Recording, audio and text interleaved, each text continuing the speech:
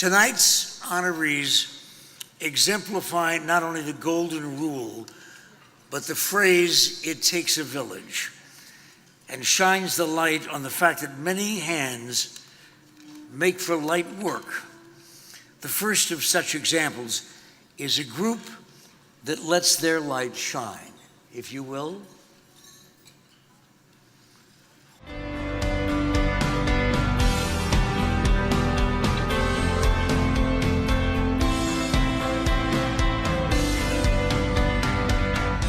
Sunshine Acres was started by Jim and Vera Dingman in 1954. They actually prayed for 17 years to have a children's home, and they came across this location. It was 109 acres in the middle of nowhere, and they walked onto the property and they said, "This is Sunshine Acres."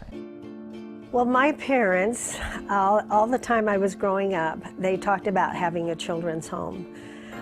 They were so upset with the state moving children from home to home.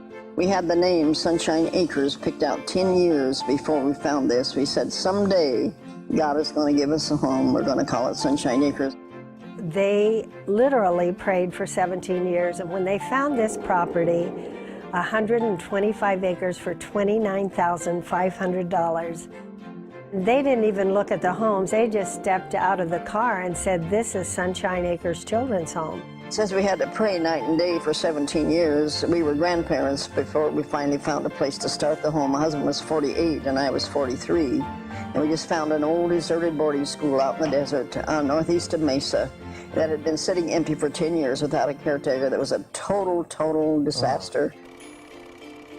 We were really too old to do it, and we had no special training to do it, and we had no money to do it, but God had laid it on our heart to have this home, and God has so wonderfully prospered us and blessed us and met every need. They would take in children. There would be no support for their care. We'd take the poorest of the poor, and that they could stay as long as they need a home, even through college. And we have run strictly, totally by faith. When we moved there, we had no electricity. Buildings were not fit to live in, and my husband was 48 and I was 43, and he was sick. He had asthma and emphysema. Our little boys were 5, 7, and 9. We had nothing to live on. We had to pay mortgage payments for 11 years, no money, and it seemed like the Lord spoke to us that day and said, "Don't you ever ask for a penny or a board or a brick.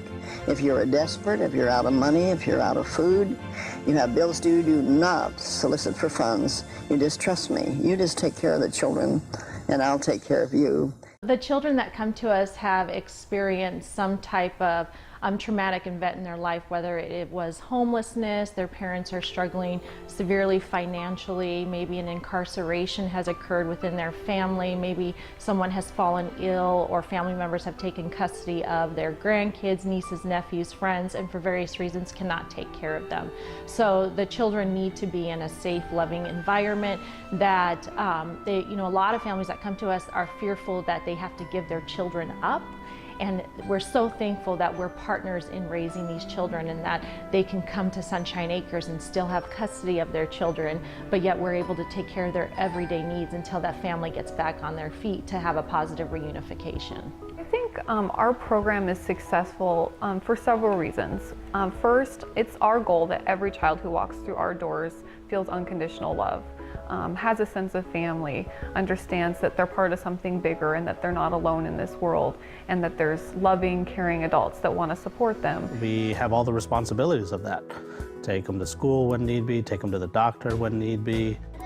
From the cook to the secretary, every one of us is thinking of the well-being of the children. It's not just a job, it's a ministry, it's a lifestyle. It's what we do. There's 10 children in a home, and so they're very well taken care of. Basically, like your natural home environment. There's like other houses here, so it feels like a little neighborhood.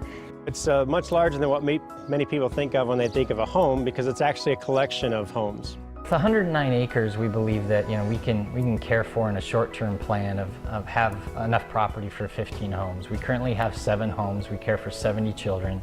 We don't take state or federal funds for the direct care of the kids, so all the money that we receive is through private donations and estate gifts.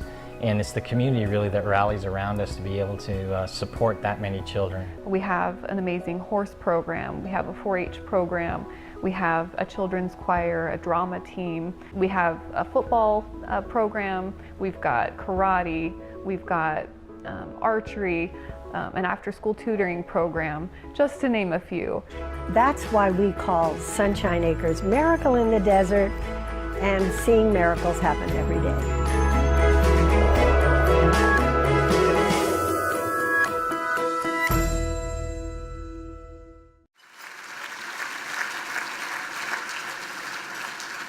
It's indeed a pleasure and an honor to introduce you to the recipient of the award tonight, speaking on behalf of Sunshine Acres, Kevin Humphrey, the Executive Director. Kevin?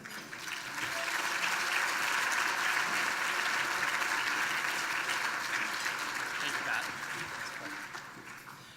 Well, thank you, everybody. It's a real honor for Sunshine Acres to be here tonight. And if there were anybody that is a perfect example of the golden rule, it really is my great-grandparents who founded Sunshine Acres, and Carol Whitworth, who's here tonight, who's celebrating 60 years working at Sunshine Acres.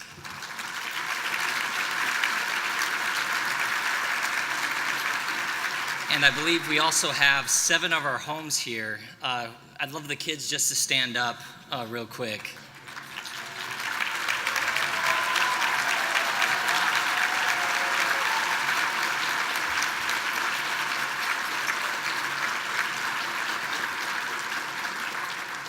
Again, this was a really great honor, and I appreciate this award on behalf of Sunshine. Thank you again.